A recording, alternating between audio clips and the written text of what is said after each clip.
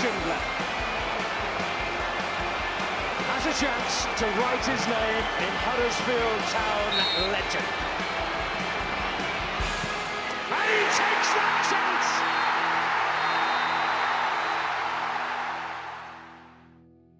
The Borough are bouncing, so a town in for a trouncing. Let's bloody hope not. It's the warm-up episode 106. It's Brady and Tom. We're previewing the Middlesbrough game, and we're joined by Steve and Chicken. Hey, Tom, how's it how going? are you? Hey, Steve. I don't know why I talk like that. I'll come to you. I always say hello to Tom first. Yeah, all right. Tom, how are you? And how was the international break? Have you enjoyed it? Do you feel rested and recuperated? I mean, it's all come around a bit too quick, Brady. Again, I'd have liked another week off, to be fair. Okay, fair. It's all right. Not that we're going to do a pod for an hour or whatever. So, So this will be fun.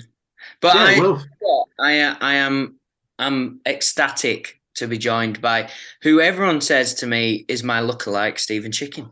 Hi, how's it going? It's the hats, isn't it? Hat and beard and glasses. Yeah. And that's it. Any actual facial features are irrelevant at that point.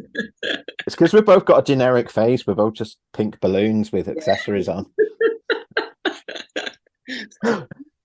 Well, Steve, anyway, welcome back. I made this your sixth appearance on the warm-up, Wow. which is the same amount of appearances that Jaheim Headley has made this season. Do you see any comparisons between yourself and Jaheim? I think there's obvious comparisons to be made between me and Jaheim, powerful, hard-hitting. Yeah. Yeah, do I get a testimonial at 10? Yeah, I don't. Get a cap. We should get a cap.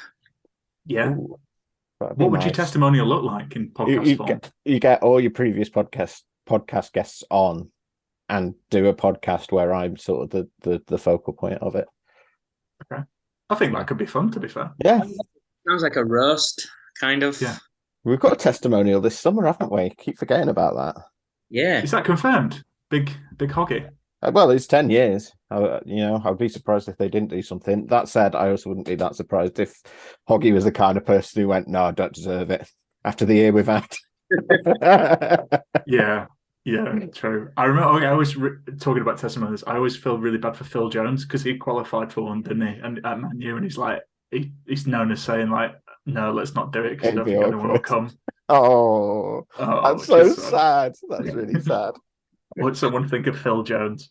Right, okay. Well, clearly we're all in a silly mood, but we have some serious stuff to talk about. Steve, before we get onto the football, and I think there's some news that's happened this week involving Americans. I don't know. We're going to skip over it, to be honest. But you took part in the big sleepout last week to raise money for the Huddersfield Town Foundation. Do you want to tell us a little bit about it and how you got on and your experience of the evening? Yeah, I think everyone's probably seen a bit about it already. I wrote a bit beforehand and a bit afterwards, but Town Foundation, obviously, fantastic charity, raised an awful lot of money over the years for local charities. And this event in particular is focused on homeless charities and anti-poverty and the charities breakfast clubs that they do as well. Obviously, it's a tough time for everyone, but in times like this, I think obviously it's the people at the sort of the bottom end of the economic scale that hit hardest, and obviously that includes the homeless. Rates of homelessness are massively on the rise at the moment. I think it was 2,400 people sleeping rough on any given night in England, which is 2,400 too many, obviously. So, a big sleep out has been running for 6 years now. It's the first time I've taken part in it. It's something I've wanted to do before, but I think they've always run it the night before a game. So it was like, I'm working the next day, so maybe not the best idea. But this year I was able to get involved with it being international break. And it's a really great event. Obviously, I was expecting sort of a bit of the socialization that we got. It was great to speak to everyone that was there, have a bit of a chat about this season and a bit of a natter about what might come next, because in all candor, I was as in the dark I knew as much about the takeover as anyone at that point. So it was nice to sort of go in on equal terms. I believe that it was the worst conditions they've had weather-wise. But I think part of the experience obviously is meant to be that it's, there's the risk that it's going to be a bit rough, that you aren't going to get any sleep. I managed to get about 90 minutes, and I think I was lucky to get that from speaking to people afterwards. Really windy at a certain point, and it's kind of the point of it is to be an eye opener to what it's like to sleep rough, and can confirm not nice at all. And we were all very fortunate there that obviously it was a one-off for us, but a lot of people are living with it every day. And you can make a donation if you go to tiny.cc/chicken sleep. That's my bit of the fundraiser page, and all the money goes to the Town Foundation. Will then be distributed to the various charities that are benefiting from it. Very well summarised. And I was going to plug it for you, and you beat me to that. So no, well done. I did it a couple of years ago, and it's not nice. It's very eye opening. And it's amazing that you guys have raised. I think it's over £10,000, isn't it? Over 10K, yeah. So that's fantastic. We'll include that in the podcast little description. So if anyone wants to donate to that, they can do. And please do, because like Steve says, it really makes a difference, and particularly in the local community. So there we go. Right, okay. So lads, about 9 o'clock yesterday, there was a tweet that came out. I was weirdly on Twitter and saw it scroll as I refreshed my feed. It was at the top of my feed. And that was an update on the club's ownership. So again, I'm sure everyone's seen it by now, but the club released a statement yesterday that confirms that American businessman, investor, and Sacramento Republic Football Club CEO and owner Kevin M. Nagle is the new prospective owner of Huddersfield Town, subject to all the governance and legislative procedures.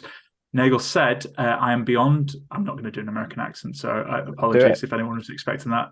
No, go on, Brett. This is the thing, though, because I've got an American sounding name. People assume I can do a good American accent. Yeah. Like you and my mate Brett. Yeah, I used to work with a guy called Chad, so Brady and Chad. Yeah, literally. Anyway, Mr. Nagle didn't say this in the statement. He actually said, I am beyond pleased to announce that I've entered into agreement with Dean Hoyle to purchase a full stake in Huddersfield Town. As the approval process is now underway, there will be no further comment until finalisation, as we wish to 100% respect that process. I would, however, like to thank Dean for all his help and support along the way, and I cannot wait to meet and speak to the wonderful Town fans once again. And the quote ends there, and it says, we want to say thanks for your understanding patience. Annoyed me, Steve. Don't know if you agree. Finalisation has an American Z. I knew that'd get you. Yeah. I noticed that. I don't think I changed it in the copy. I was hovering over the S and the backspace, and I thought, no, I'll leave that just as an indication of the brave new world that we're going into. Oh God, that's going to be a nightmare for you if we get all Americanized. Anyway, before you hear mine, Tom, and Steve's reaction to it, I caught up with Alicia Rodriguez. She's a reporter and editor for SB Nation, and she covers the Los Angeles area, which includes Sacramento Republic. She was happy to answer some questions for us, so I caught up with her earlier, and here's what she had to say. Hi, Alicia. Thanks for joining us. So many questions. I suppose the first one is, what can you tell us about Kevin Nagle and his time as an owner for Sacramento Republic? So Kevin Nagle is an American businessman. He's mostly worked in the healthcare field, setting up a series of businesses over the years. He's done some real estate.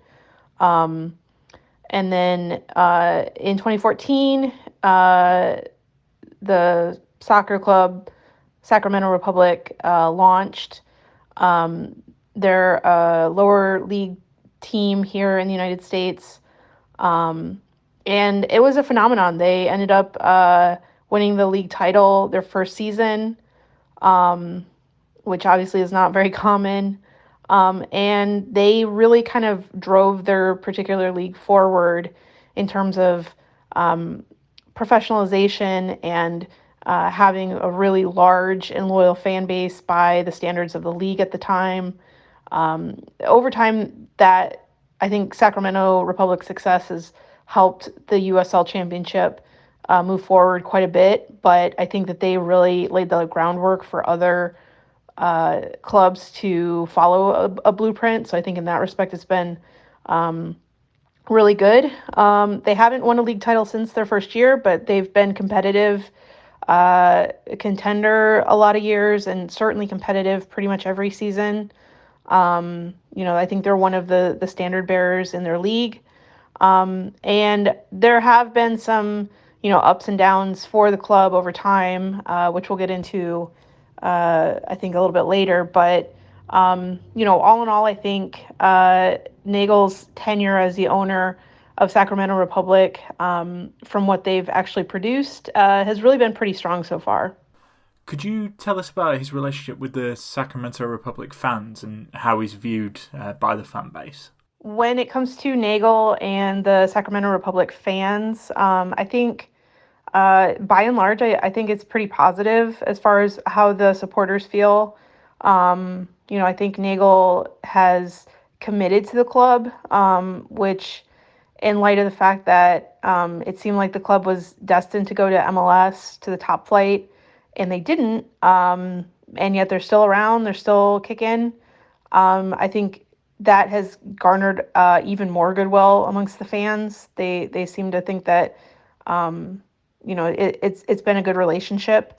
I think on some level, there's those who, looking at it from a pure sporting perspective, they'd like to see the club win more titles. I think, again, the one title that they've won in their career, it's going on almost a decade now.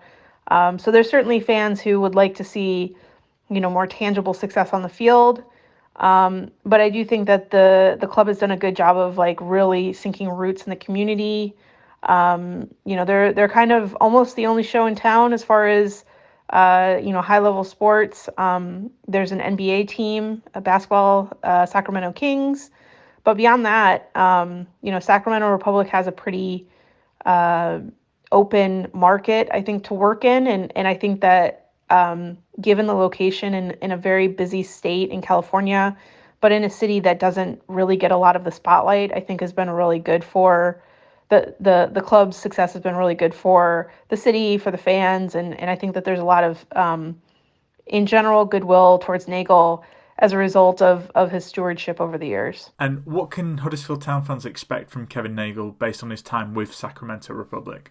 I think the good news with Kevin Nagle buying Huddersfield Town is it seems like you're likely to get an owner who, is going to provide the support, the resources to help the club, hopefully achieve what they're aiming for. But he's not somebody who's super hands-on. As in a public-facing way, he provides lots of support, but it's mostly positive messages on social media, not so much kind of day-to-day, trying to be the technical director, anything like that. In Sacramento, I think he's done a good job of hiring good people and letting them do their jobs. And I think that would obviously be an ideal as well in England. So I don't see any reason why he wouldn't continue that pattern. And so I think, a guy who seems to care a lot about his sports teams, but not to the point where he's meddling and, taking away from them. So I think that that's kind of a best case scenario type situation if you're looking for somebody from abroad. And, I will say that obviously he has roots in Sacramento, and I think it's going to be a little bit different. I don't expect he's going to be moving to Huddersfield, but, that dynamic may be a little bit different with him, owning a club on the other side of the world. But I still think that, he'll be engaged and, interested in working for success for Huddersfield Town. But at the same time, I think he does a good job of not really getting in over his head and making mistakes because he's trying to do roles that, he's not suited for. So I think that's a good sign for the club. And how has the news gone down stateside and in Sacramento? Yeah, it's interesting, the news, how it's being received in the United States. Um, I think in some ways there are some real parallels between Sacramento Republic and Huddersfield Town as clubs that have seen a measure of success in recent years. Obviously with Huddersfield Town previously playing in the Premier League, with Sacramento Republic again winning that title in their first season, really breaking all kinds of attendance records in their league and getting on the radar of MLS. I think all of that, is in some ways kind of analogous to a situation with Huddersfield Town. At the same time, I will be honest, I think there's not a ton of fans of Sacramento Republic like nationally. You don't go to other states and see a lot of people who are fans of Sacramento Republic. It's a very localized fan base, and the fan base is really um, strong and supportive, but it's really very much centered around Sacramento. Um, as far as I understand, I think it's probably pretty similar for Huddersfield Town. So I think in that regard, a lot of people who sort of learned about the news and were intrigued, but as these are not maybe the clubs that get the most attention in the United States, I would say, it's sort of been sort of like a curiosity, I guess. Oh, that's interesting. Sacramento Republic's owner is buying Huddersfield Town. Huh. Okay. Cool. That kind of thing. So I think it's kind of a intriguing wait and see type situation. But yeah, I mean, it's gotten a little bit of attention, but I think it's probably going to go under the radar for the time being, unless one of the clubs does something really big, I guess. And that'll probably help bring attention to the other one and kind of what's going on with Nagle's portfolio of teams overall. We've seen some criticism towards Kevin Nagle and about his lack of ability to turn Sacramento Republic into an MLS team. Could you briefly explain the situation and why Nagle's being criticised? Yeah, so I think the elephant in the room in talking about Nagle and talking about Sacramento Republic is the thwarted bid for an MLS club. So in the United States, when it comes to MLS, we have a closed system, meaning no promotion and relegation. And that means that clubs that enter MLS have to pay enormous fees in order to get into the league. And once they're in the league, they're in the league. But that means that the fees are becoming more and more expensive over time. In addition, in most cases, clubs also have to build a stadium to accommodate the new MLS team. And so in the case of Sacramento Republic, they had an ambitious, but I think reasonable stadium plan. They had everything set to go. They seemed to be on the verge of, shovels in the ground, really starting with the construction work during the pandemic.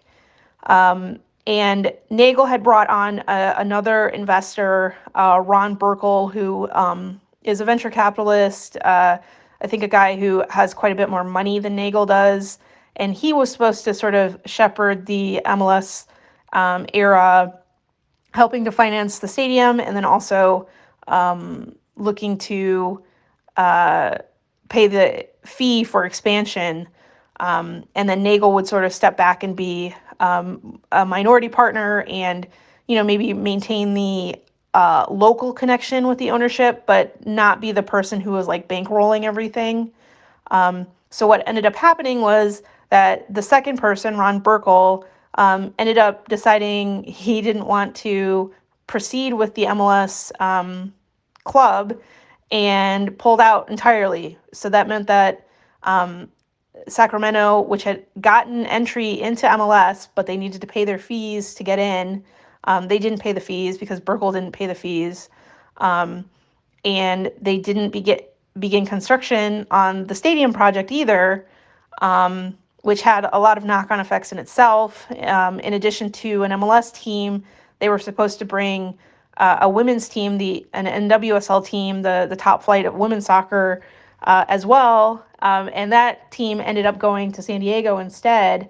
And so Sacramento went from seeming to be on the verge of having two top flight teams in each of the men's and women's side of the game to having no top flight teams, soccer teams, and the men's team remaining in the lower divisions.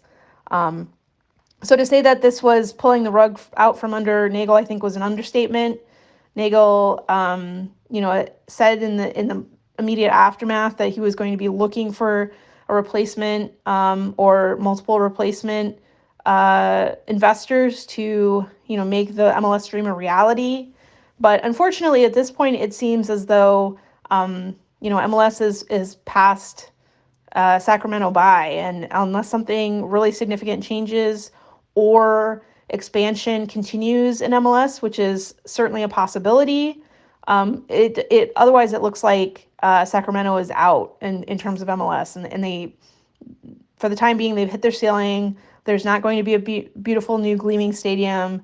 There's not going to be top flight soccer as expected, and that's a huge blow for the club.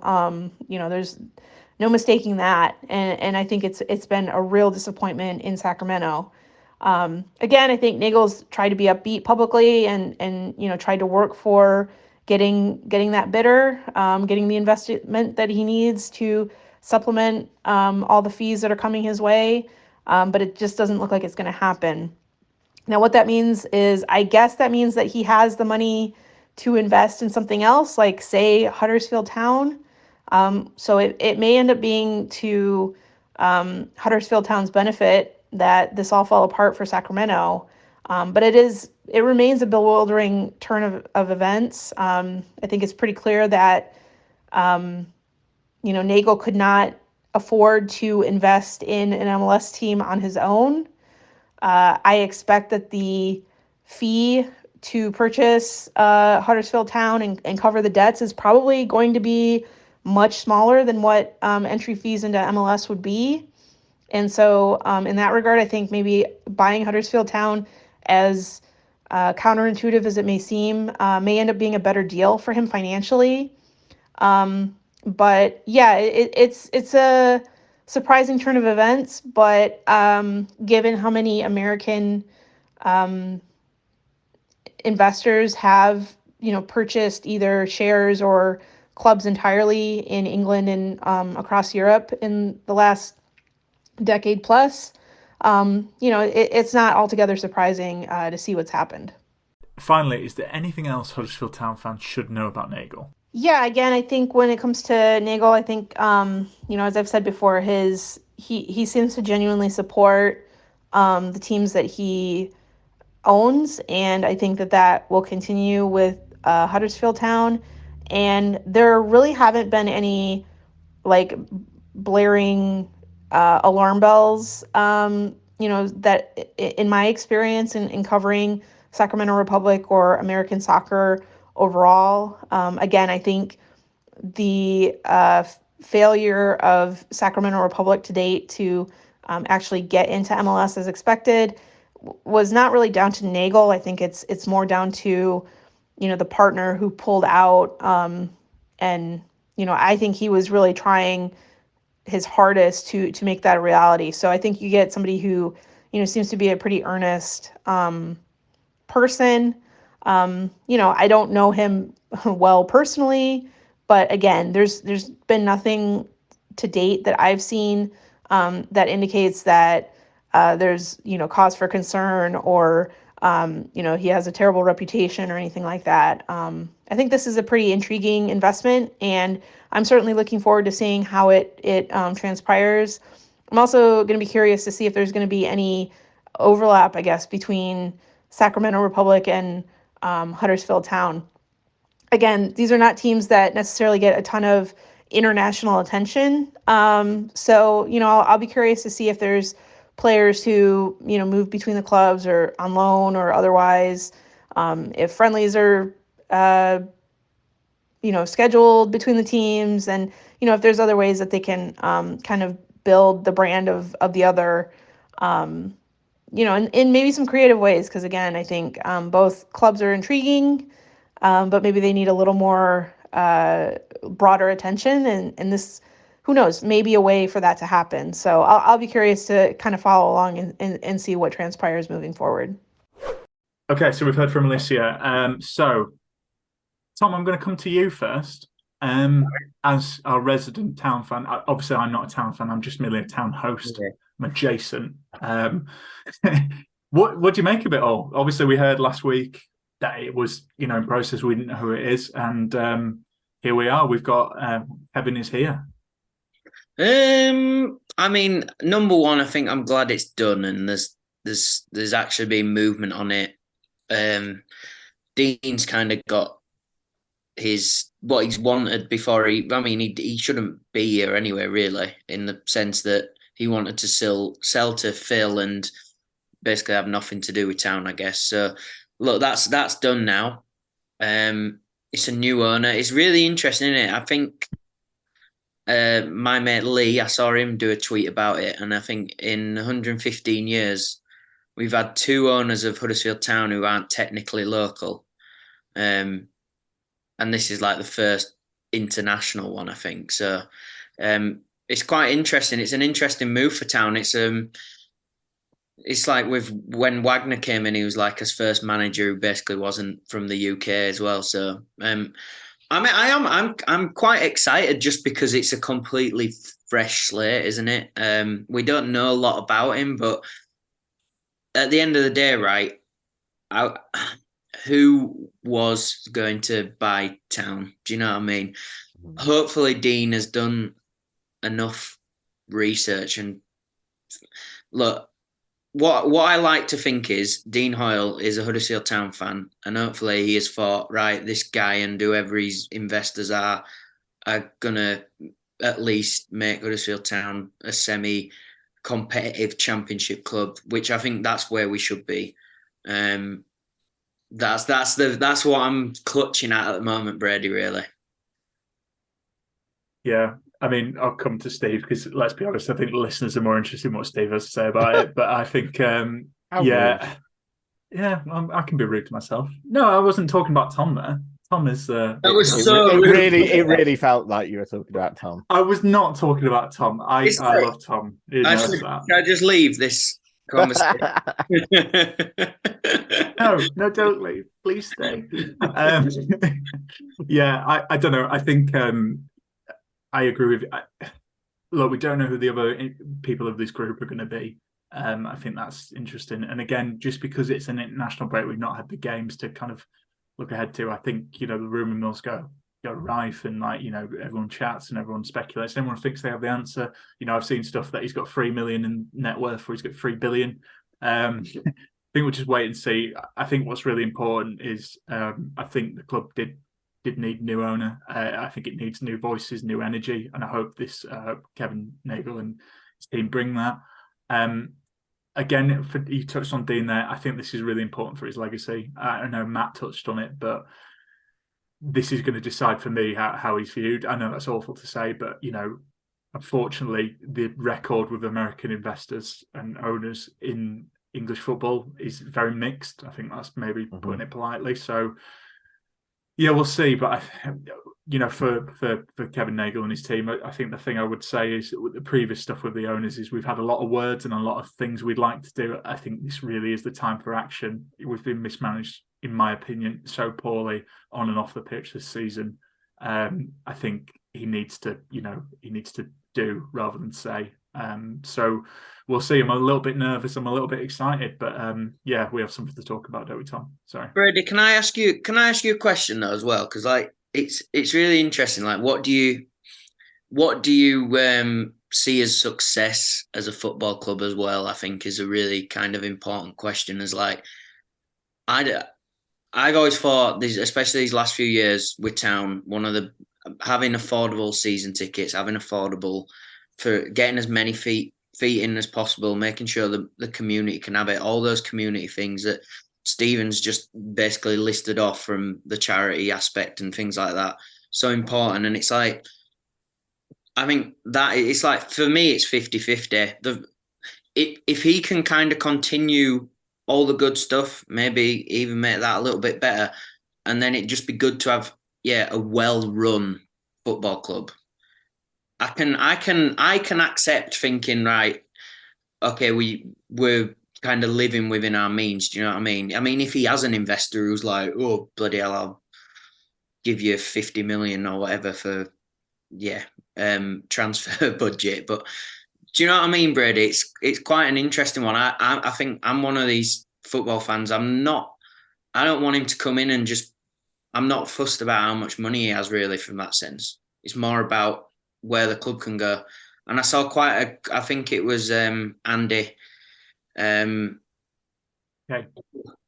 Andy shared a video, from the Sacramento team about their community stuff. And I mean, for me, that gave me a little bit of an insight potentially of hopefully it at least keeps that going.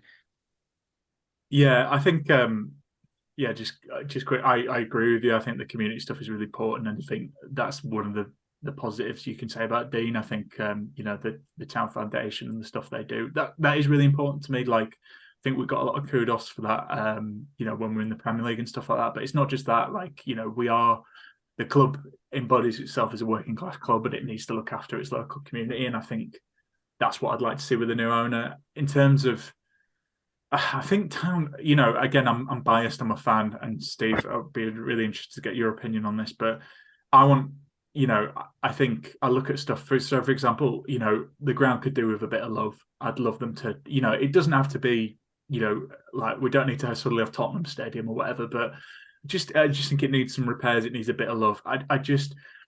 You look at stuff like, for example, the rope walk that's shut down. It'd be great if they could turn that into something and maybe the club. But I think exactly that's spot on. I think that's what I think I'm kind of getting at more is like, me, I'd love it to the ground and stuff. There's that where they had the fan park that time behind the golf. Like, they've got all that space now. It'd be good to see I'd rather see investment in that really than spending silly money on wages and stuff like that, and just getting players in that are gonna give you all for that shirt, really, the classic league.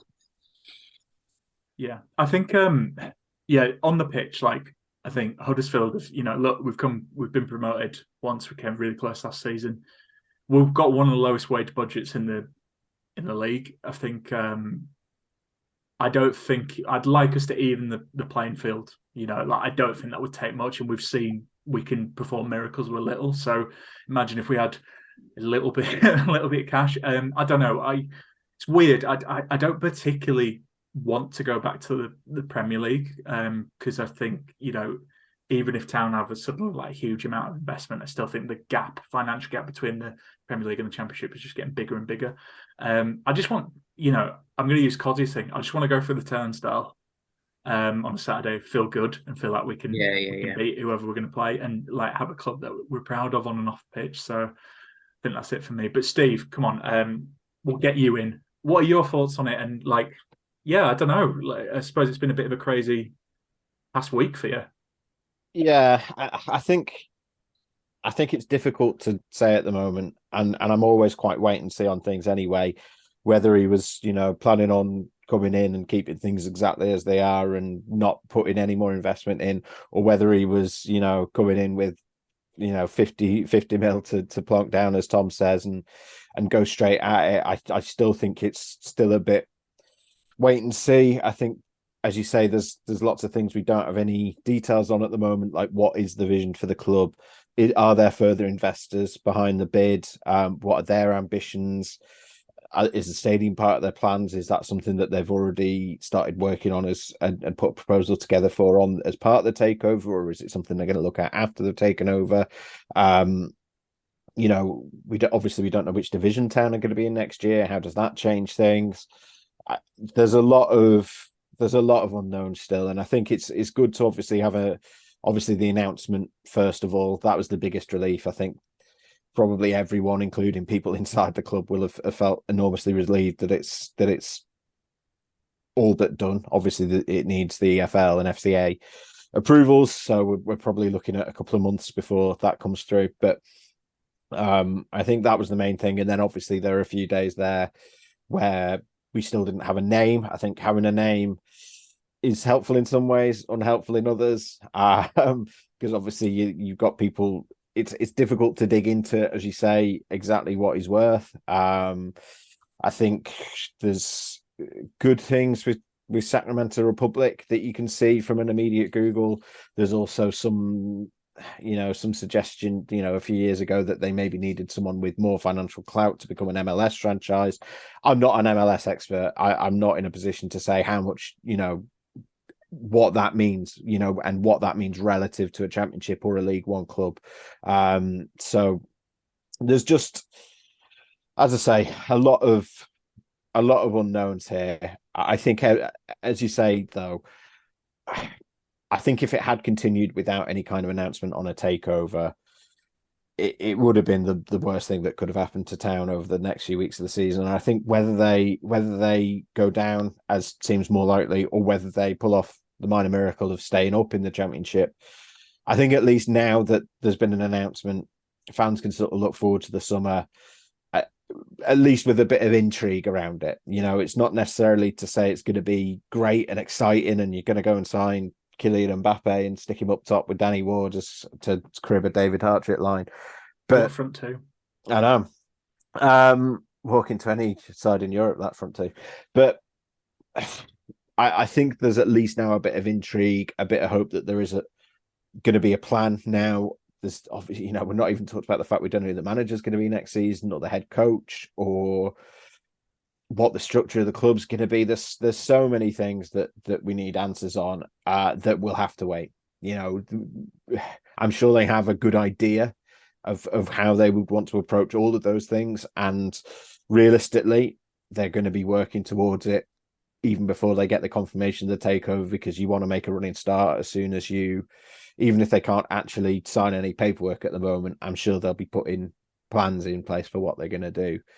So it'll be interesting to see when that comes to bear, and when we get to the summer and get to the takeover being finalised, what the plans are. But it's still a lot of unknowns. But I think it's either way, I think had to happen and is a lot better than if this was dragging on into the summer and into the start of next season. Definitely. And Steve, obviously when you or Dave come on, we talk about how you're invested neutral, but obviously you speak to a lot of fans, you cover, you speak to the club, you know what's going on. And I suppose be interested to know from your perspective, what do you think Town need from this new ownership? Obviously me and Tom have said, but from someone who has the finger on the pulse more than me and Tom, what do you think Town need from this? I think they needed a reset, whoever had been in charge. Even if we're in an alternate reality where Dean hadn't had to step away and was still in charge and was willing to, keep putting money into it at the rate that he was when he was 100% owner previously, I think even then you would be saying they need a reset on that squad. They need a reset on perhaps looking at some of their philosophy of how they do things. I think Town are always in a tough position because, as you mentioned, the wage bill is one of the lowest in the league. And I know that some people just see this as an excuse, particularly when you've been to the playoff final last year and you've been to the playoff final, been to the Premier League for 2 years. But wage bill is the best indicator of how a club is likely to perform. Town shouldn't be in the relegation zone. I'm not using it as an excuse. I'm not excusing that they've gone from the playoff final and finishing third to being in the bottom three. That shouldn't happen regardless of your wage bill. But I think they were always sort of likely to be fighting gravity to a certain extent. So I'm sort of reluctant to say this because I think that championship football in particular, football in general, but championship football in particular, as we talked about on our own podcast, the spending on wages is ludicrous. I think it must be the worst league in the world for spending more money than you're actually bringing into a club. And being competitive in that kind of environment is just, it takes someone who is willing to sort of throw the money away, basically. But that is, you can rail against whether that's right or wrong, whether there needs to be stronger governance on it, whatever it might be. And I think there does, but that's a conversation for another day. The reality is if they are in the Championship, whether that's by staying up or getting promoted back, that's the environment they're coming back into, and they need to be competitive within it. And it's not the way it should be, but realistically, if they want to be, as you're saying, an established Championship club at the very least, who might occasionally push for promotion, they're going to have to increase the wage spend and the wage bill. You also mentioned some things off the pitch as well. I think obviously the stadium, it is showing its age in a lot of ways. It's 30 years old and or coming up to it, and I think there's some bits of it that sort of show that. I think that needs sorting out, and also needs resolving what the longer term future is, because I think the 40-40-20 split, the KSDL arrangement, seems to have been quite fraught for a while now, and probably needs someone to take that stadium forward and take that project forward. I think obviously as well, once the new owners do get in the door, engaging the fans is going to be really important, because I think it's something that previously the club has prided themselves on. They used to have the Q&As with Dean Hoyle. They still have the ATT, which is quarterly, but I think because of the circumstances of this season, not to do with on the pitch, but because of what's been happening off the pitch, they've been unable to talk about anything. They've actually postponed ATT, which is unusual for them. So I think getting some kind of getting off on the right foot in terms of fan engagement, just to show that they're dedicated, and just putting the right message out.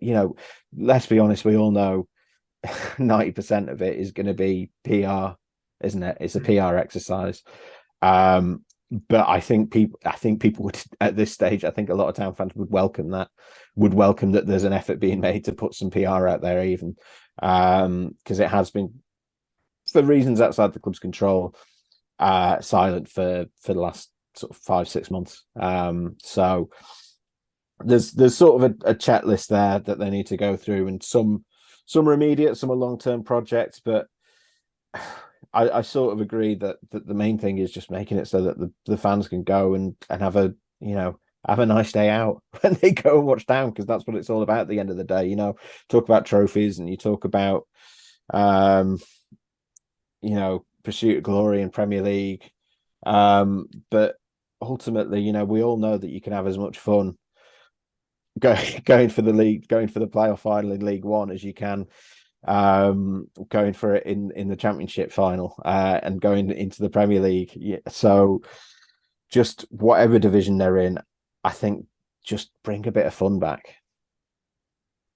Very well said. I mean, we've got Tom, who loves Alan Lee, and let's be honest, Alan Lee wasn't the heyday for Town, although Tom would disagree. But yeah, you're spot on, Steve. I think fun. I've not really. I'm sure you've been to a lot of games this season where it's not been fun.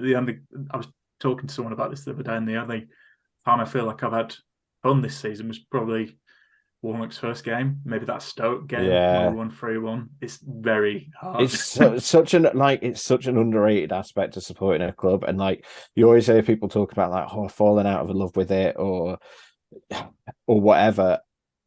I think it is just, you just want to have fun. You just want to go and have a laugh and enjoy the day out, and enjoy following your team. I think that's all anyone really wants. I think that's I don't know. I feel like everything gets taken sort of so seriously now, that I think people lose sight that it's just meant to be fun. No, spot on. And we try and bring the fun, don't we, Tom? So, hey, if you're listening, new owners, me and Tom have got plenty of ideas. We've come up with some wacky ones. I would think we talked about this on a previous pod, Tom, but do you remember the halftime competition where you kicked a ball through the hole in the shed to win a shed? Bring that back. That was great. Great entertainment. I remember there was an idea about changing not the Panasonic stand, the Fantastic Media stand. Putting the big red stand. Yeah, putting some weird. We were going to do something with that wall, Brady. You might have to go back through episodes and find that. But yeah, we've got plenty of fun ideas. Yeah, get in touch. And Steve entertains silly ideas with us as well on this podcast. I believe Mr. Blob is available on a freelance basis if you're looking for a replacement for Tilly. Oh, where is Tilly, Steve? That's a good question. Where's she gone? Breaking kayfabe here. I think they can't find someone who can do it full time. who's willing to commit to it, who also has the relevant CRBs. That's the boring answer. Oh God! If you don't want to put that in the podcast, if you want to edit that out, she's gone to live on a farm, somewhere in the fields, elsewhere in West Yorkshire. Somewhere. Will we see her again? Who knows? Who knows? I mean, you just feel bad for Terry because you can tell that he's taken the divorce quite hard. Yeah. He got into such good shape around the 2009-2008 mark, didn't he? Really weirdly got into. He looked a bit more like a fox, and then it all went to pot when she left him. Yeah, I mean, but he still looks better than he did originally. Oh yeah, he's lost a lot of weight since then, particularly around the head region. Is he going to have his midlife crisis? Are we going to see Terry on like a Harley Davidson at the next year? Oh God, that's going to be the American rebrand, isn't it? Make Terry really like a 90s video game mascot, just make him really put in a pair of shades. Sorry, there's Tilly's a cheerleader now. On the subject of silly things, my Joe, obviously we know on the pod, we were chatting, we suggested for an announcement video that it's a drunk Yorkshireman punching an American eagle, and that's how they announced the like the joke. I think that's a terrible idea, so don't use that. Obviously wouldn't want to do that in person. Anyway, let's before we move on from the owner stuff, is there anything you guys want to say? Tom, anything you want to add? Now, Steve, anything you'd like to say? Yeah, did you know Benjamin Franklin wanted the turkey to be the national bird of America, not bald eagle? Really? I didn't know that. Turkey's weird. Made a good decision there. Yeah, he felt it better represented like the working class roots of America, but they went for the inspirational thing. Yeah. Who knows how different the world might be? Yeah. I mean, yeah. They're vicious. Anyway, sorry, listen to probably the most listened to pod we're doing this season. We're talking about turkeys. Maybe we should introduce it. Turkey talk. Right. Okay. Turkey. Well, we do talk turkey regularly on here. Chicken on but turkey. Yeah, let's talk about a game because we're playing Middlesbrough. I did that at the start of the intro, and we've kind of forgotten about that. But they're third in the table. They're on 67 points, which is 31 more points than Huddersfield Town, and also 19 places higher. Borough have lost just once in the last 10 league games, which was a 2-0 defeat to West Brom, home of Tom's favourite manager, who he definitely doesn't boo at every opportunity. Also, in the last 10 away matches, Middlesbrough have the second best away record in the league, winning 7. And the only team that has a better away record than them, Burnley. Tom, the flying high, but we did see that we got a result against Millwall, when it wasn't expected. Do you have any hope heading into this one? I do have renewed hope, unfortunately. The Millwall win has made me have a bit of belief again, which has annoyed me a little bit because I was almost resigned to the relegation. But I don't know, Brady. They are scared of Neil Warnock, and that is the only positive that I can take. I think when we go to the fan chat, there's some good stats on Neil Warnock's record against Middlesbrough. So, yeah, it gave me a bit of hope as well. So why not? We're at home. Warnock will want to get one over his old team. It's either going to be a 1-0 Town or like a 5-1 Middlesbrough win, probably. Yeah. Do you hear that, listener? It's positive Tom. He's back again. We thought positive Tom predicted a 5-1 win. Yeah. We said 1-0. I think you can tell when Tom's like, do you know what? It's when it's the do you know what? So yeah, fair enough. Steve, it is Tom touched on it, it's Warnock's old side. You'd assume he wants to get one over on them and improve. Do you think that'll actually have any extra influence on the fixture? No. Sorry. I'm not a great believer in stuff like that. Besides with Warnock, if it was him trying to get one over his former side, it'd be half the games in this division, wouldn't it? So, Yeah. no, I doubt it will have much bearing. But yeah, it is a tough game, as you've talked about. You know, they are one of the best away teams in the division. They're the second highest scoring team in the league. Some of their results recently, if you're looking at them as a Town fan, are quite scary. They've got into the habit of winning by scoring 3 goals or more in a game. They're a very imposing team, and obviously they're on a mission as well, because they're hunting down Sheffield United. I can tell you, writing for Yorkshire Live, where we have a Sheffield United writer, half of what they're writing about at the moment is what Middlesbrough are doing, because it's the race for second at the moment between those two sides. And their results recently, they've closed the gap down to 3. I know Sheffield United have a game in hand, but Borough will be gunning for that.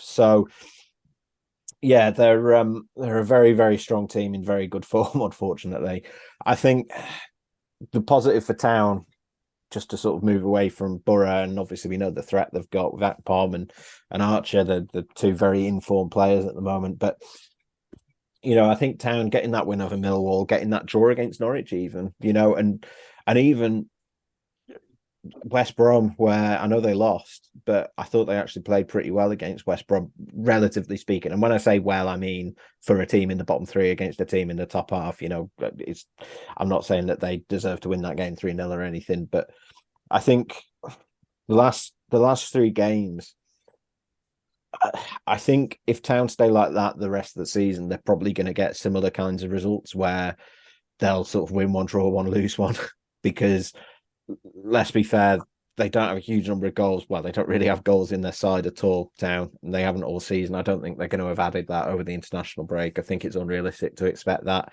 So I think they do go into sort of every game knowing that if they're going to win, they're kind of relying on a bit of luck, and a lot of good defending and good goalkeeping. I think they've shown they can do that over the past 3 games or so, 3 or 4 games really, including Bristol City as well.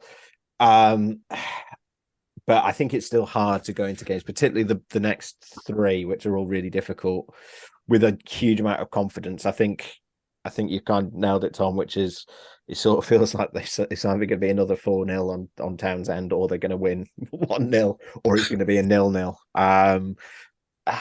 Yeah, I think the key is particularly the way that Borough are and their recent results. If Borough do go ahead, then Town need to make sure they stay in it, and they don't, that they do what they did against Norwich rather than what they did against Coventry. Because if Borough get a sniff that Town are vulnerable, they're just going to tear them apart.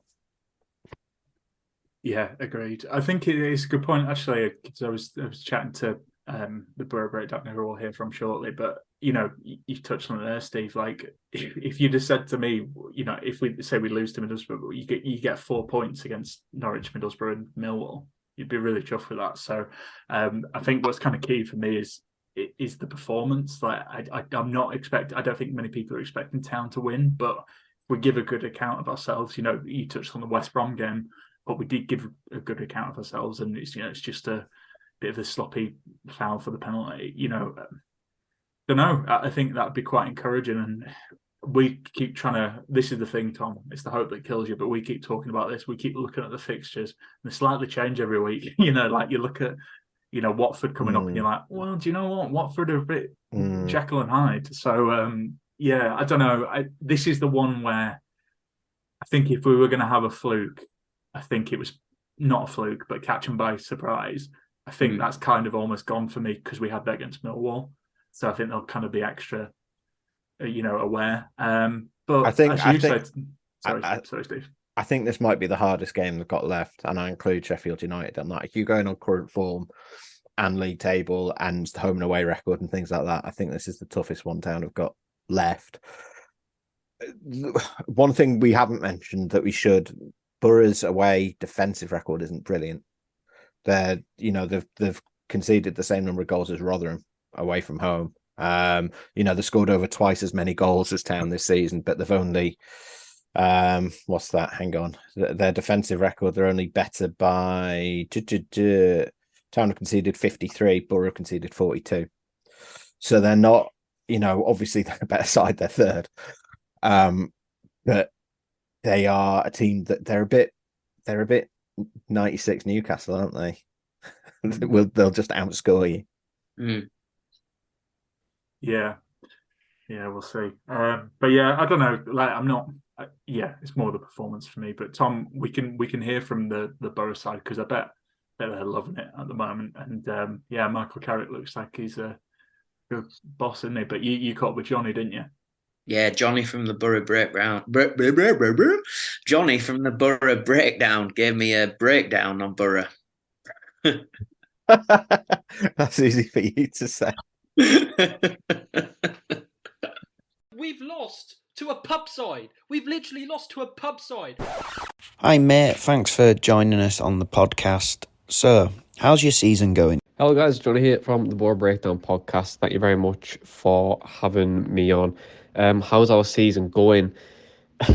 Really, really well, to be honest. These last few months have just been pinch me moments, and I've never seen a Borough team win so many games, I guess, in a row, or playing as well as we are in terms of as a group level. We've had some great players over the years, some great teams, but this team is just a little bit different, and we're playing really, really well. And since Carrick's came into the building, it's just been one direction, it's just been up, and I'm hoping we can get that second spot, because I don't feel confident about the playoffs at all, because Borough's history at Wembley is terrible. But yeah, I'm feeling really good at the moment. We're playing really good stuff, and we're just a joy to watch. Who's a standout player for you so far? In terms of standout players, I think it's very easy to say Chuba, because of his goal record this season, first place since Bernie Slaven to break that 20 goal barrier. And it looks like if he keeps going, he'll hit that 30 mark, which is insane. And I don't think anyone would have seen that coming. In terms of other players to watch apart from Chuba, Cameron Archer's been sensational since he's came from Aston Villa. Marcus Forss on the right hand side is playing really well. Ryan Giles is really good too on that left hand side. We'll see what you'll see in the game probably on Saturday is that McGree will come over and play between the lines and move over to that right hand side from the left, which will create the space for Giles to get in down the line and whip that ball in for either Akpom or Archer to come in and hopefully get the end on it. If McGree plays, he has been away with Australia, but I think he's probably going to start. If not, Aaron Ramsey will take up that space, and you'll see Giles whip the ball in. So just something to watch out for. But yeah, Giles, Force, McGree, Archer, and Akpom, it's just been collectively as a group, we've been really, really good. So there's quite a few players for you to watch. And what's your score prediction against Town? In terms of the game on Saturday, I'm very nervous about this game. It's because of one man, and it's Neil Warnock. Our record against him is absolutely horrendous.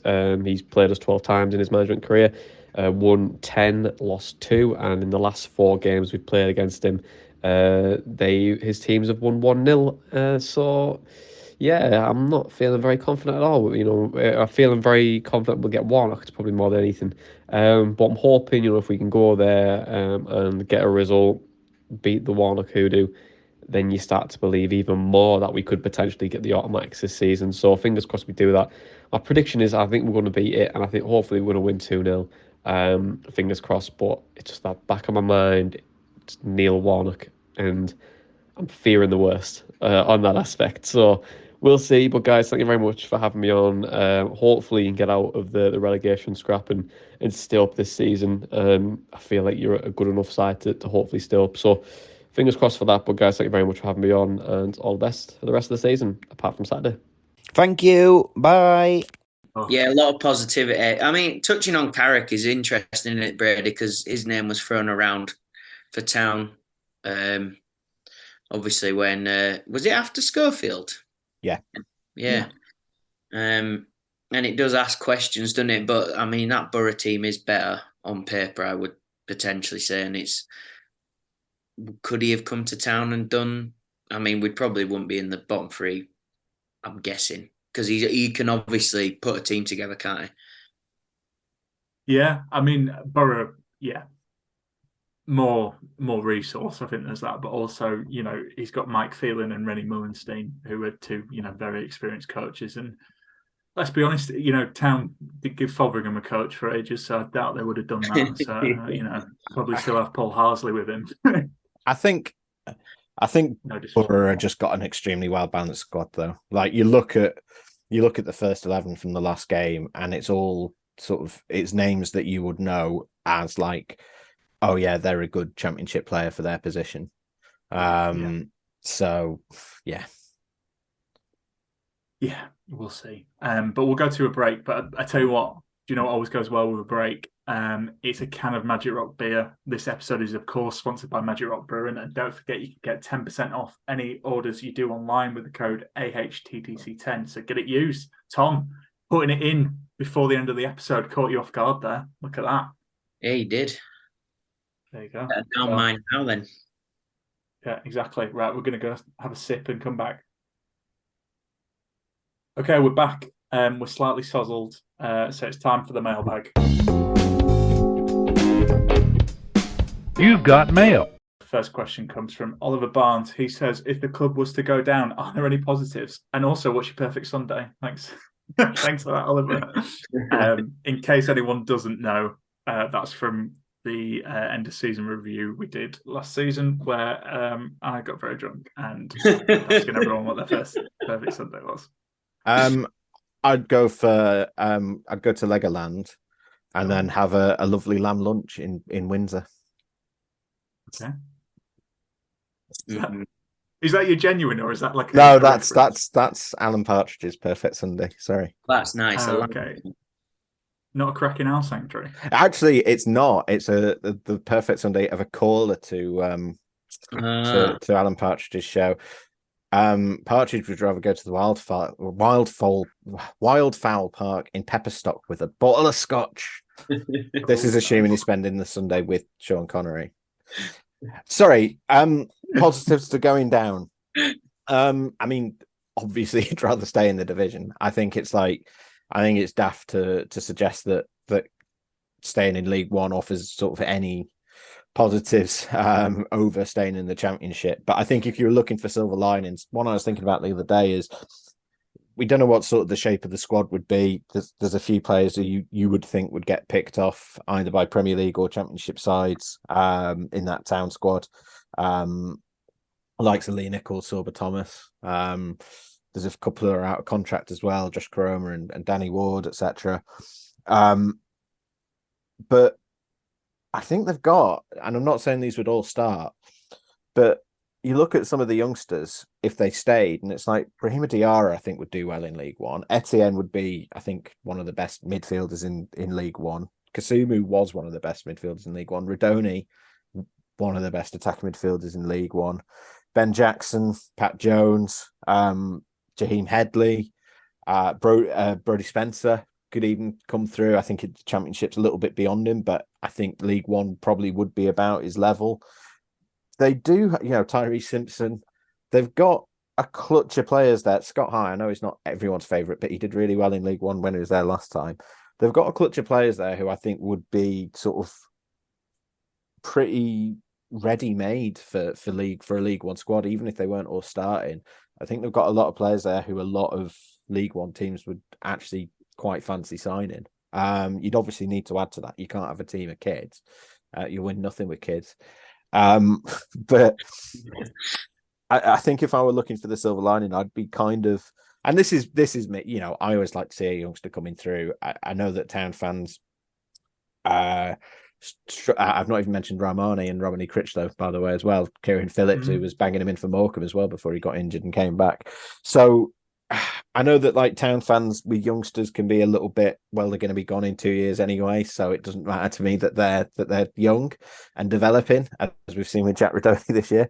But for me as a journalist, I quite like seeing these youngsters come through, particularly ones that have come through the academy. And if they were to go down, I'd be quite interested to see how a lot of them did in League One, and I'd rather watch them and see if they can do it than watch a load of new signings. But I'm sure that I'm kind of alone in that. I've got a different perspective on that to a lot of people, I imagine.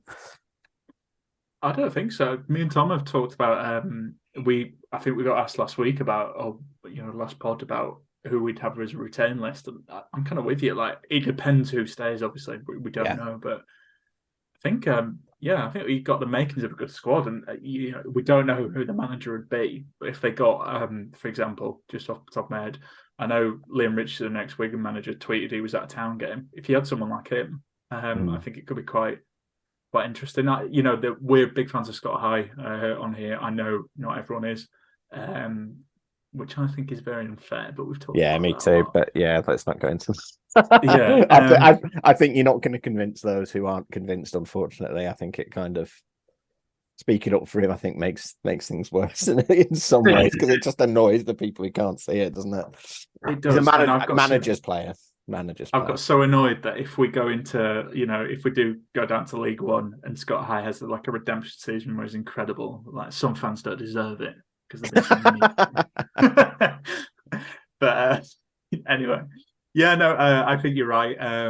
Positives as well. There's quite a few grounds in League One that I'd like to go to, and let's be honest, might have a better chance of winning games. Yeah. So. When I used to do the rounds on the league paper where I was going around all the Yorkshire teams, I always really liked League One, because it's like, because I was doing a bit of Championship, bit of League One, bit of League Two, and League One was often my favourite because it's like got enough quality in it. You'd have players like Anthony Pilkington or whoever who would liven it up, but also everyone is just rubbish enough that it's kind of a bit chaotic and a bit unpredictable, and you get weird results like Sheffield Wednesday losing to Forest Green the other day, which I know you get in the Championship as well, but like I think League One has a bit more of that chaos factor, which sometimes goes against you, obviously, but can make it kind of fun to watch rather than like, I love tactical chess, as you know, but sometimes you just can't beat like a mad game. Yeah, definitely. I mean, we talked about this as well, and again, this is a pure hypothetical, but I know he's only on loan, but for some reason I just have a feeling Martin Waghorn would be really good in League One. I just don't know. I have nothing to go that on. I mean, it's probably because David McGoldrick's doing so well for Derby, although I think he probably is the better player. But yeah, that's my opinion. Tom, any positives for you if we did go down? No, exactly.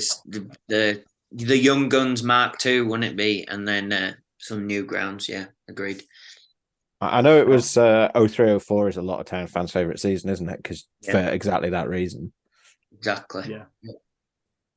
I don't know. It could be good. I mean, the thing is, I think I've said this a lot, particularly this season, but as James's dad always used to say, whatever league they're in, we'll go watch them. So I think there's that. Like we've touched on, it's more about what you do around the day and the things around it and who you go with. So yeah, Tom, perfect Sunday. Have we answered this before?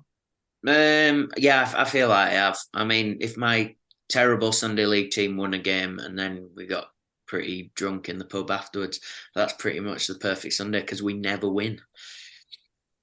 That does sound like a good Sunday. My legit answer is lounging around on the sofa and making a roast dinner in the middle of it and then returning to doing that, by the way. Nice. I'm trying to think what mine would be.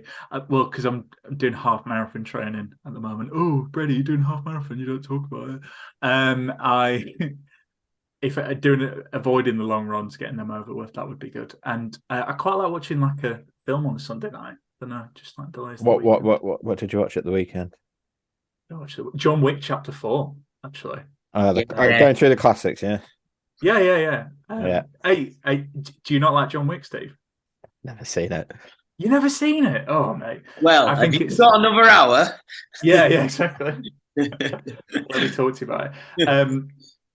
You got to enjoy crap films. I mean, I say this, like I went to see After Sun with Paul Mescal a couple of weeks ago. That was really good. But then also you want John Wick killing a lot of people.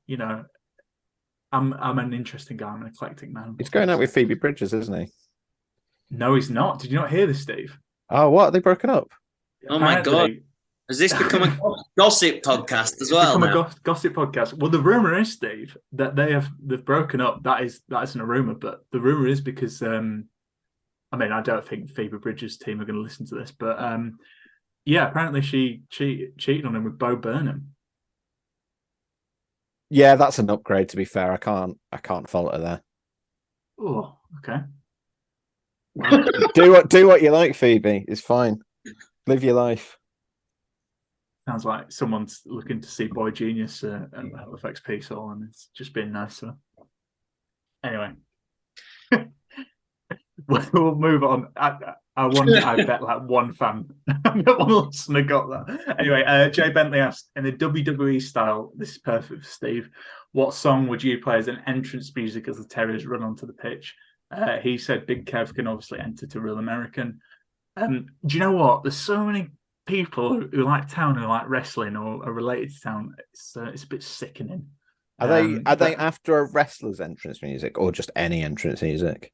Any entrance music. So what would you go for, Steve? You Forever by Self Esteem, but it's sort of marred by the fact that she's a Sheffield Wednesday fan, which makes it a bit inappropriate.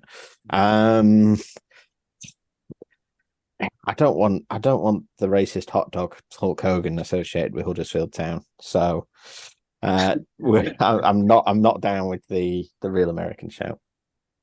Okay. I like that self-esteem. That's a good shout. Tom, what would you go for? I really liked the spell where we had some quite interesting walkout music. I mean, The Boys Are Back in Town is beautiful. It's just a fucking great song. Sorry for swearing, but it just makes me want to crack up a beer and walk down the stairs of the Gal Farm Stadium and cheer on the boys for being back in town. Your passion for Thin Lizzy brings out the swears. Thin Lizzy song Jailbreak, right? So there's going to be a jailbreak somewhere in this town. I would bet it's the prison. That's a good point. Tom, you're such a big bloody bloke. Oh, I love Thin Lizzy. The Boys Are Back in Town. Crack up a beer and start it down. And then one of my other favourites was when they did Take me to the town above, but they changed the lyrics and there's a team I know, they're the ones I dream of, and that lasted about 2 games. That did. Would you just take a dad rock CD? Oh yeah. Off the front of the Mail on Sunday and just go whack that on. This will get everyone going. So it's like that Settle Until I Die scene where he's like, yeah, do you know what we need? And he's like doing that on his desk. Listeners who won't see that, I'm doing a very awkward dad dance. What would I go for? That's a good question that no one particularly wants to know. I feel like I'd go for like, I listen to like Little Sims, so I'd go for something like that. But good shout. Good shout. What would you go for? Lost it. Is it called Speed? It's in my gym playlist. Yeah, Speed. That's what I'd have. I mean, you can't because it's got the M word in it, so like, sort of counts it out. But musically, that would be about the right thing. Yeah. I don't know.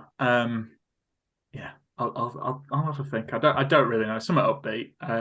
I'd probably pick something pretentious because that's me. But yeah, you can't go. I don't know. Anything that's not Sweet Caroline. I think I'm a bit sick of Sweet Caroline. Yeah, can we get into like the rest of Neil Diamond's canon? There's like, Neil Diamond, you look at some of the tunes that Neil Diamond's wrote, not just for himself. Yeah. I'm a Believer. One of his, isn't it? Amazing. Tom, are you my dad? I might be. This is any time to music. He'll also, are you going to tell us in a minute as well that at one point he was the highest paid entertainer in the world? Because that's another of our favourites. Absolute legend, Neil Diamond. Oh, do you know what I would have? It wouldn't work. Here You Come Again, Dolly Parton. What a tune that is. And it work because they're coming out. Here You Come Again. I can see it. Bit of Dolly, can't beat it. Yeah, Red Wine, that's another Diamond track, isn't it? Is it? Yeah. This podcast has gone here, there, and everywhere. Right, let's move on. I don't want to, but otherwise this will be 3 hours long. It's You're the Boss. So this was the last line. Matt is going to be fuming at the length of this podcast. Yeah, I get to mess about on your podcast. I can't on mine. I'm the host. I have to keep it on track. Yeah, Matt is going to be fuming at this podcast. Sorry, Matt. It's all right, Matt. Just do more wrestling chat and he'll be fine. That's true. He got annoyed at me actually because I was talking about wrestling and I was saying I haven't seen wrestling since I was 14, but it was D-Generation X. Like, I remember. Yeah. It's Yeah. WrestleMania this weekend, so it's the perfect time. Anyway. Oh, is it? Yeah, cool. There you go. Right, okay. So it was a while ago, but Millwall, the last league game, their lineup was Vaslik in net, a back four of Pearson, Lees, Hellick, Ruffles, and then you had Hogg and Reg and the two. So Server Squad listed it as a 4-2-3-1. Steve, I know you probably got a better idea of formations. It was a 4-3-3. It was a 4-3-3. Okay. Well, I'm going to carry out reading that because I've not got it as a 4-3-3. It was Hogg, Reg, Karoma, Radoni, and Jackson as the three, and then Waghorn up front. But what would you say if it was a 4-3-3? What's the change then? It was Hogg and Radoni as centre midfielders and Rahmani holding.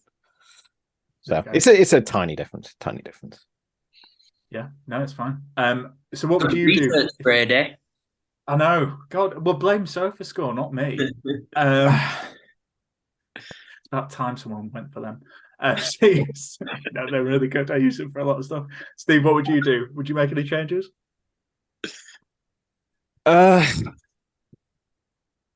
think Rahmani playing as that holding midfielder was obviously it was a very specific ploy to keep Z and Fleming quiet because he's their star player for Millwall. He's the big creator. You know, I think they're a very rough and ready side a lot of the time in a lot of areas of the pitch, but Fleming's the one who's got like, you know, that class about him. So Rahmani's brief was just sort of keep him quiet and track him everywhere he went.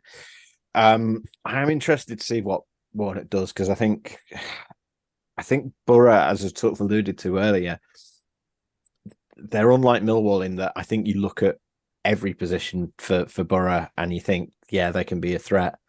So I wouldn't be that surprised if there was a bit more of a. I mean,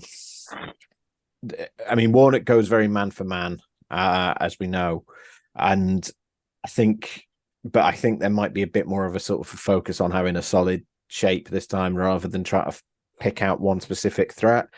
So I wouldn't be that surprised if Rahmani either went back to right back or was left out, but then he also did well. So maybe they go and say, actually, no, you go and chase Chuba Akpom around, or you know, you go and chase Cameron Archer around. He doesn't have to necessarily play that defensive midfield role because he was literally, you know, I say it's a 4-3-3, but he really was just chasing wherever Fleming went. And if that meant there was a gap between the lines, then so be it. Someone will either step out and fill it, or someone will come back and fill it. So I think Wardy will go back in.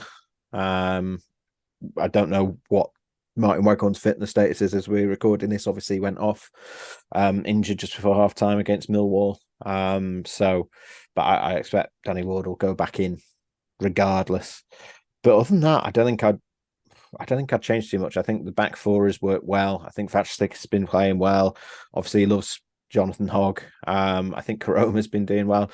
The one change I might be tempted to make would be to go back to the 4-2-3-1. And I've got no inside info here. We'll find out more at the press tomorrow. But I think if Anthony Nakar is available again, having been on compassionate leave, I think a 4-2-3-1 with him as the 10 is sort of tailor-made. And then you'd have Hoggy and Radoni as your central midfielders.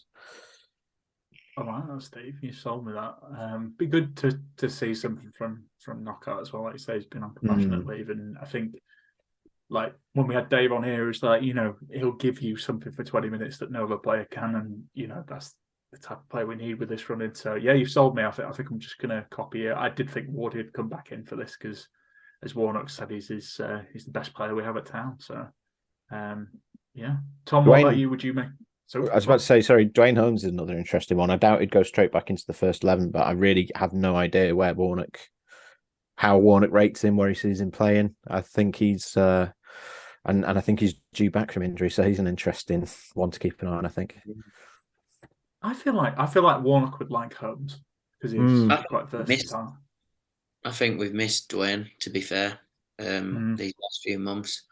It will be really interesting. I think. I think you've covered it all already. Wardy probably back in. Josh Cromer's done great. Absolute fair play to Josh Cromer. Like he's keeping Hungber out of that team which is you've got to hold your hands up and say, he's doing everything Warnock's asking him to do. He's doing the dirty stuff. He's getting back, tracking really well, winning tackles. I think in the build-up for our goal, maybe at Millwall, he made quite a good tackle in the middle. He's getting stuck in here, and I just absolutely fair play to him. And maybe he is doing that, playing for a contract, or at least playing to show potential championship teams that he's good enough to play at this level this season. But fine, if that's what it is, and he does go, then fine.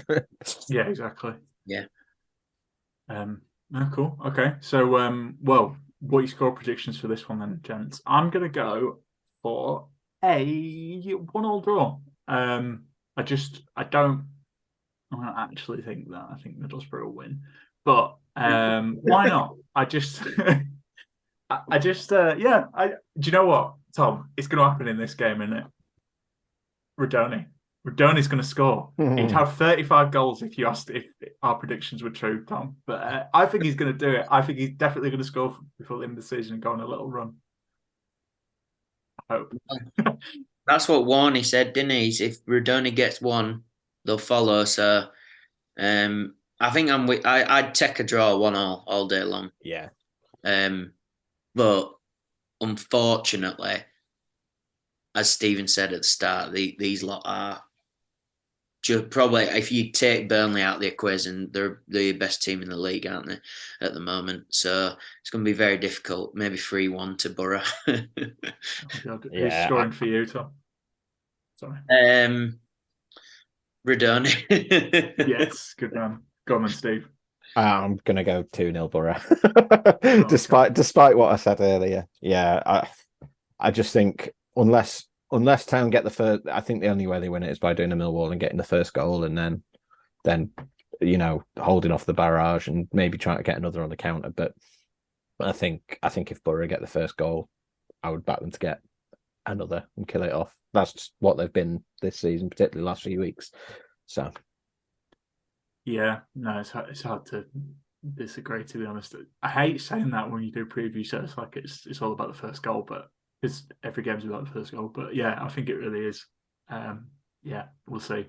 Right, but before we go, it's time for Quaner's question. A few things change, but also a lot of things are still the same. So Quaner's question this week is: what are you hoping for in the last stretch of the season? We had quite a few entries. I'm going to also ask Steve and Tom their thoughts, but Jacob, love this. Jacob's clearly into the pod. He says a Radoni goal. That's all we've ever wanted. Me and Tom, big fans of that.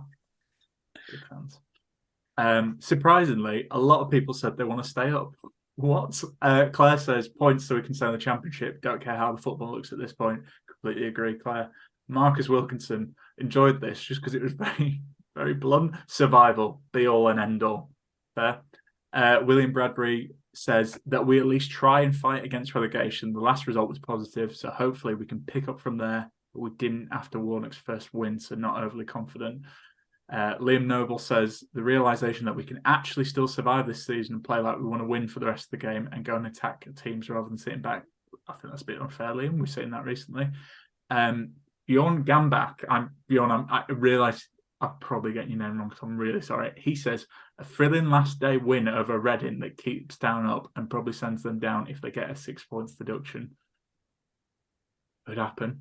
Cam Fry says maybe an end game for staying in the league on last time game this season as well. And he said in the second penalty for us after the one Rhodes put in against Luton a long time ago.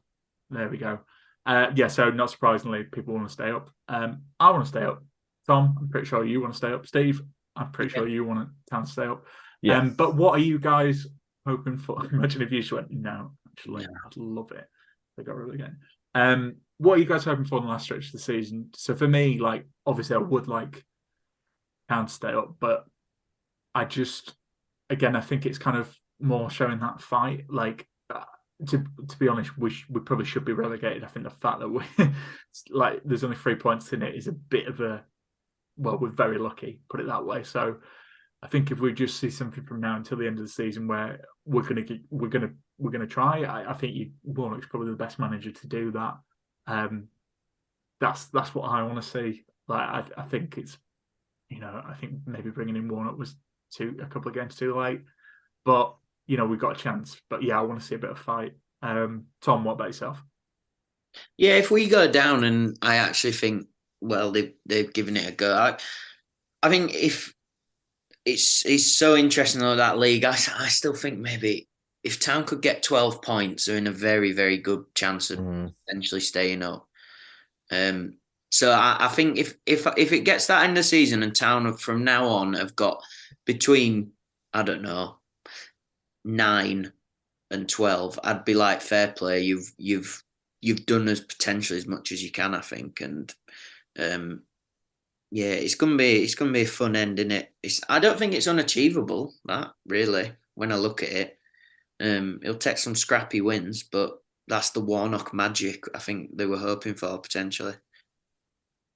Yeah, and the thing is, like, I don't know, it was getting so bleak at one point where people were like, we're going to win another game for the rest of the season. But I definitely see that now. And like you say, it's not, it's going to take a lot of points. And you look at what they've done so far this season, it's hard. But then again, like, I don't know, you wouldn't rule it out. Steve, what about you? What are you hoping for in the last stretch? I always just want it to be interesting. Like, that's obviously I'm coming at it from a slightly different angle, being a journalist rather than a fan. But I think all I ever want is for just things to be interesting. I think if they were to lose sort of the next 4 and then we're effectively relegated, then it sort of makes my life quite difficult for another month.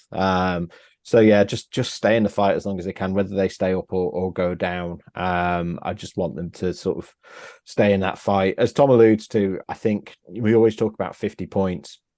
I think this season it may well be that someone, and it's looking likely that you're not going to need 50 points this year. I'm just quickly looking at my big spreadsheet, and it, yeah, I'd need to crunch the numbers, but it seems like you might be able to stay up with sort of 46, 47 this year. So who knows? But yeah, just a bit of interest. I think the next 3 are all very tough games. And I said this on our own podcast last week, but I think the next 3 are all very tough games. But then I think the 5 after that, particularly if Sheffield United have already been promoted at that point, are all winnable. Like, and I know obviously the next, you can't consider any of the games unwinnable, particularly after they've just beaten Millwall. As I said, I think you can score against Middlesbrough. You said Watford are very Jekyll and Hyde. Blackburn, I think, are a little bit Jekyll and Hyde as well at times. But then it's Swansea, Sunderland, Cardiff, Sheffield United, Reading, and they're all either sort of mid-table or down there with Town, or Sheffield United is the challenging one. And if they're already up, then they might have the flip-flops on. So yeah, hopefully it just stays. They stay in the fight. And obviously, I'd love them to stay up. I'd rather be covering the Championship next year than League One. So, yeah, there you go. You know what? You've got me hoping there, Steve. Like 10 points isn't actually that much. If that, I know that's not a guarantee, but you say that, but I mean they've had 36 points all season. So yeah, true. But that's just 3 wins and a draw. Don't know. Yeah. Anyway, we'll see. Like, I think you're spot on. I think it's going to be entertaining, and to be honest, that's all we can ask for because we thought we'd be dead and buried by now. So it will be entertaining. We will be here to cover it, as I'm sure Steve and Dave will for the rest of the season. Yeah. But that's about it then, chaps. So yeah, been a long one, but obviously a lot to talk about, and we had an international break. But before we go, is there anything else we'd like to add? Tom, anything you want to say to the listeners before we head off? Not really. The usual. Okay. Be loud on a Saturday. Just enjoy it. Nice. That's very well said. It's a timeless message. That's why you always say it. Steve, anything, you've shown that you can be a bit silly on here, and you don't get to do that on your pod. Anything you want to say? I can see a little smirk you're thinking. Tiny.cc/chickensleep. And enjoy WrestleMania if you're staying up to watch it this weekend. There you go. And yeah, enjoy Saturday. I can't go. I'm actually away. But as I am a good person, my friend who's back from China for the first time in 4 years, I've given my tickets to him. So Town, if you're not going to, if you need any more incentive, do it for Edward Taylor. There you go. Right, ta-ta for now, and up the Town. Up the Town. So Town, play up, bring the car back to Huddersfield.